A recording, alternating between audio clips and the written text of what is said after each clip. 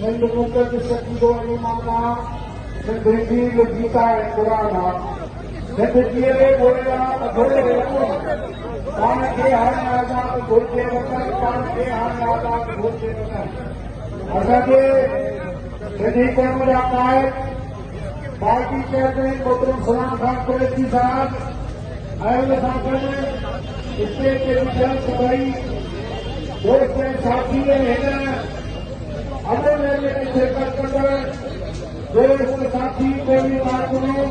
शिकारपुर वासियों जीअं सिंधु जीअं सिंधो अजीम शहीद मोहतरम बशीर खान कुरैशी दोस्त ऐं साथियों अॼु शिकारपुर मां इलेक्शन ख़तम करे एमएलए या हितां जा ॿिया जेके मवाद यात्रा थी हूंदा उहे त सुख ऐं शांती सां सिंध जे वॾनि शहरनि में रहियल हूंदा पर अॼु तारीख़ गवाह आहे त सॼी सिंध में जॾहिं कबीलाई तकड़ा हूंदा हुआ रंग शहर हूंदी हुई सिंध जो माण्हू हिक ॿिए खे मज़बूत कंदो हो त उन वक़्तु सिंध जो फ़र्क़ु मुजाहिद सिंध जो हालात वक़्त शहीद बशीर खान कुरैशी सिंध जे ॻोठनि में वञी क़ुरान नालियूं ऐं खाना खणी वेंदो तॾहिं सिंधियो ए धरती जा वारसो अचो अचो त पाण में उन्हनि कयूं सुलह कयूं ही कबीलाई तकरार रियासत जी तार आहे साज़िश आहे ऐं खे करायो अचे सिंध जो तेल कोयलो गैराइट पथर खां वठी शहरनि ते कब्ज़ो कयो बार-बार धरती जा माण्हू कोयला ताईं सऊदी खां वधीक माल सां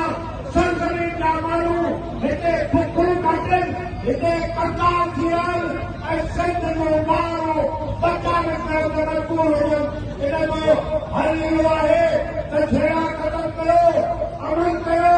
हिक ॿिए खे माफ़ कयो हिक ॿिए खे दर्द न कयो त कीअं सिंध हिन ॻाल्हि गॾे मुंबई थे ऐं पंहिंजे पार्टी चेयरमैन सलाम खान कुरैशी जे क़यादत में थियो त शहीद बशीर खान कुरैशी खे इन जॻह सां गॾु था कयो त हू क़ौम खे कढे पियो क़ौम खे मुतल करे पियो ऐं अॼु वञी उन जो ज़िक्र सलाम खान कुरैशी सॼी सिंध में अमरनाथ जो ऐलान कयो आहे ऐं शिकारपुर मां शुरू होता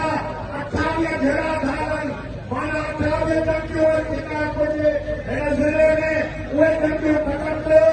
ऐं उहे ठाहिया तकरार असीं सघूं था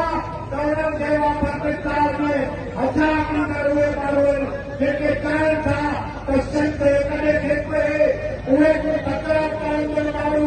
नारेलनि खे बचण वारा माण्हू आहिनि जेके सिंध में अमन नथा कनि पंहिंजे मेरे दोस्तों ऐं साथियों सिंध में अमन घुरिजे